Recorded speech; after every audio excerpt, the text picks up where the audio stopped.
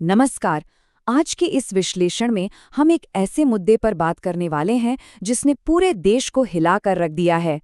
NEET जैसी राष्ट्रीय स्तर की परीक्षाओं का पेपर लीक होना ये कोई छोटी मोटी बात नहीं है। ये सिर्फ एक परीक्षा के रद्द होने की खबर नहीं है, बल्कि एक पूरे सिस्टम के पतन और उसके भयानक परिणामों की कहानी है। अलग अलग स्रोतों और प्रमुख शिक्षकों के विश्लेषण को आधार बनाकर हम इस पूरे संकट की गहराई में जाने वाले हैं।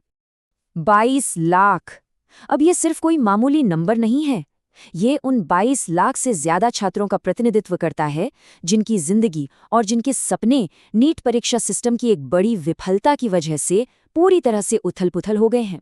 जरा सोचकर देखिए, ये वो युवा हैं जो सालों तक खुद को एक कमरे में बंद रखते हैं, दिन रात एक कर देते हैं, और फिर एक पल में उनकी सारी मेहनत दांव पर लग जाती है। तो आज हम मुख्य रूप से 5 बातों पर गौर करेंगे। पहला, एनटीए की विफलता। दूसरा, छात्रों पर इसका गहरा असर। तीसरा, हमारी स्वास्थ्य प्रणाली को होने वाला खतरा। चौथा, ये पूरा पेपर लीक माफिया सिस्टम कैसे काम करता है। और पांचवां, सख्त कानूनों की मांग क्यों उठ रही है। चलिए शुरुआत करते हैं हमारे पहले पॉइंट से, एनटीए की विफलता, यानी एक पूरा प्रणालीगत पतन। अब यहाँ ना एक बहुत ही अजीब विरोधाभास देखने को मिलता है।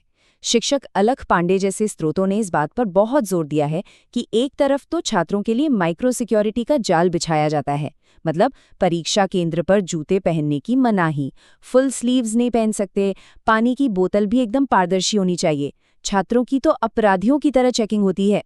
लेकिन दूसरी तरफ अगर हम मैक्रो सिक्योरिटी देखें तो वो पूरी तरह से फेल हैं। प्रिंटिंग प्रेस जहां पेपर छपते हैं वहां कोई जैमर तक नहीं है। ट्रांसपोर्टेशन के दौरान पेपर बड़ी आसानी से लीक हो रहे हैं। मतलब जो सख्त चेकिंग सिस्टम के अंदर होनी चाहिए थी वो सिर्फ बाहर बेबस छात्रों पर थोपी जा रही है। आपको जानकर हैरानी होगी कि परीक्षा से ठीक पहले एनटीए ने सोशल मीडिया पर एक पोस्ट किया था जिसे बाद में उन्होंने डिलीट कर दिया।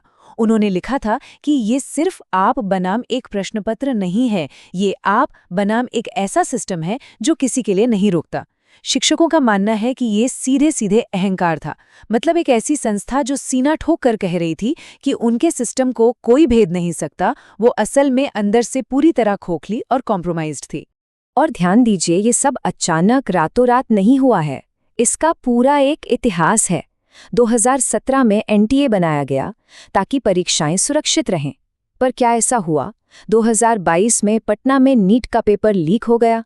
फिर मई 2024 में तो हद ही हो गई, जब अभूतपूर्व तरीके से कई छात्रों को 720 में से 720 अंक मिल गए, जिसे ग्रेस मार्क्स का नाम दिया गया। और फिर आखिरकार जून 2024 में पेपर लीक का भंडाफोड़ होने पर परीक्षा ही रद्द करनी पड़ी। तो ये कोई एक बार की गलती नहीं है, ये एक लगातार बढ़ता हुआ पैटर्न है। तो सवाल ये उठता है कि इस भारी विफलता की कीमत आखिर चुका कौन रहा है?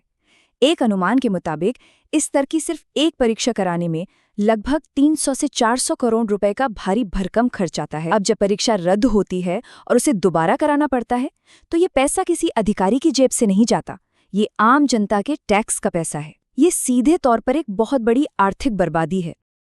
आगे बढ़ते हैं हमारे दूसरे पॉइंट पर, छात्रों पर इसका गहरा प्रभाव, या कहें तो इसकी मानवीय कीमत। हमारे स्रोतों में शिक्षक आदित्य रंजन ने एक बहुत ही दिल दहला देने वाली कहानी शेयर की है। एक छात्र जिसका ये पहला प्रयास था, उसने अपनी आंसर की मिलाई, 680 का शानदार स्कोर देखा और खुशी खुशी घर लौटा कि भाई अब तो सिलेक्शन पक्का है। लेकिन दोपहर 1 बजे जब परीक्षा रद्द होने की खबर आई, तब से वो बच्चा सिर्फ रो रहा है। जरा सोचिए, उस ईमानदार छात्र की आखिर क्या गलती थी? ये सिर्फ एक परीक्षा का रद्द होना नहीं है, ये उस छात्र के भरोसे और उसकी सालों की मेहनत का कत्ल है। ये वो छात्र हैं जिन्होंने अपना सब कुछ दांव पर लगा दिया है।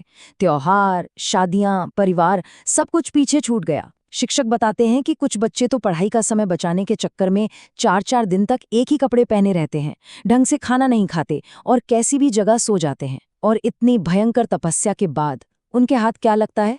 एक बिका हुआ पेपर और रद्द हुई परीक्षा। अब आते हैं तीसरे और सबसे डरावने पहलू पर, स्वास्थ्य प्रणाली को खतरा। ये हमारे पूरे समाज के लिए एक खतरे की घंटी है। मान लीजिए अगर ऐसे अयोग्य और भ्रष्ट लोग धोखाधड़ी करके डॉक्टर बन गए तो क्या होगा? स्रोत इस बात को बहुत बेबाकी से रखते हैं। जरा एक ऐसे डॉक्टर की कल्पना कीजिए जिसे इंसानी शरीर की नस का ही सही पता न हो, जो गलत इंजेक्शन लगा दे, या जिसे सर्जरी के वक्त रेडियस और अल्ना जैसी हड्डियों के बीच का फर्क ही ना समझ आए। जब ऐसे लोग पढ़कर सरकारी या प्राइवेट अस्पतालों में पहुंचेंगे ना, तो सीधे तौर पर मरीजों की जान पर बनाएगी और स्वास्थ्य प्रणाली से जनता का जो विश्वास है वो हमेशा के लिए खत्म हो जाएगा। ये सच में एक बहुत ही भयानक स्थिति है। हमारा चौथा पॉइंट है पेपर लीक माफिया सिस्टम, वो सिंडिकेट जो पर्दे के पीछे से ये सब चला रहा है। शिक्षक अलख पांडे ने इस सिंडिकेट के काम करने के पूरे तरीके को अच्छे से डिकोड किया है, जो 90s के दशक से सक्रिय बताया जाता है। ये काम कैसे करता है? स्टेप 1, ये गैंग अमीर माता पिता को फंसाते हैं और उनसे लाखों करोड़ों रुपए वसूलते हैं। स्टेप 2, परीक्षा से एक रात पहले जिन छात्रों की सेटिंग हुई है उन्हें किसी सुरक्षित जगह पर ले जाया जाता है और वहां रात भर उन्हें लीक हुआ पेपर रटवाया जाता है। और फिर स्टेप 3, सुबह इन छात्रों को सीधे परीक्षा केंद्र पर ड्रॉप कर दिया जाता है। ये कोई छोटी मोटी चोरी नहीं है, ये पूरी तरह से एक ऑर्गेनाइज्ड कॉर्पोरेट बिजनेस की तरह चल रहा है। और इसके पीछे का जो अर्थशास्त्र है ना, वो आपको हैरान कर देगा। बात दरअसल ये है कि अगर किसी को लीगल तरीके से किसी अच्छे प्राइवेट मेडिकल कॉलेज में एडमिशन लेना हो तो उसकी फीस लगभग 1.5 करोड़ रुपए तक हो सकती है। तो कुछ रसूखदार पैसे वाले माता पिता क्या सोचते हैं? वो सोचते हैं कि भाई प्राइवेट में इतना पैसा लुटाने से अच्छा है क्यों ना सॉल्वर गैंग को भारी रकम देकर एक प्रतिष्ठित सरकारी मेडिकल कॉलेज की सीट ही खरीद ली जाए, मतलब रुतबा भी और सीट भी। यही वो भ्रष्ट मानसिकता है जो इस माफिया को दिन दूनी रात चौगुने रफ्तार से बढ़ा रही है। तो अब सवाल है कि इसका हल क्या है? हमारा पांचवा और आखिरी पॉइंट, सख्त कानूनों की मांग, जो इसका असली मैक्रो सोल्यूशन हो सकता है। शिक्षकों और विशेषज्ञों ने बहुत ही स्पष्ट शब्दों में कहा है कि अब इन मामूली सजाओं से काम नहीं चलने वाला। उनकी मांग है कि पेपर लीक को सीधे तौर पर एक राष्ट्रीय सुरक्षा खतरा माना जाना चाहिए और दोषियों पर रासुका यानी NSA लगाया जाना चाहिए।